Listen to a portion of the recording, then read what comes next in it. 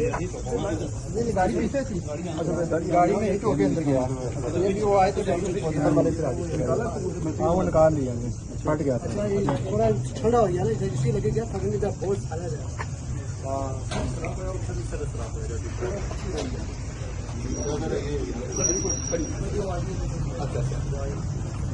एक गड्डी पीछे सीधा लगा ना वो कट के ले गए।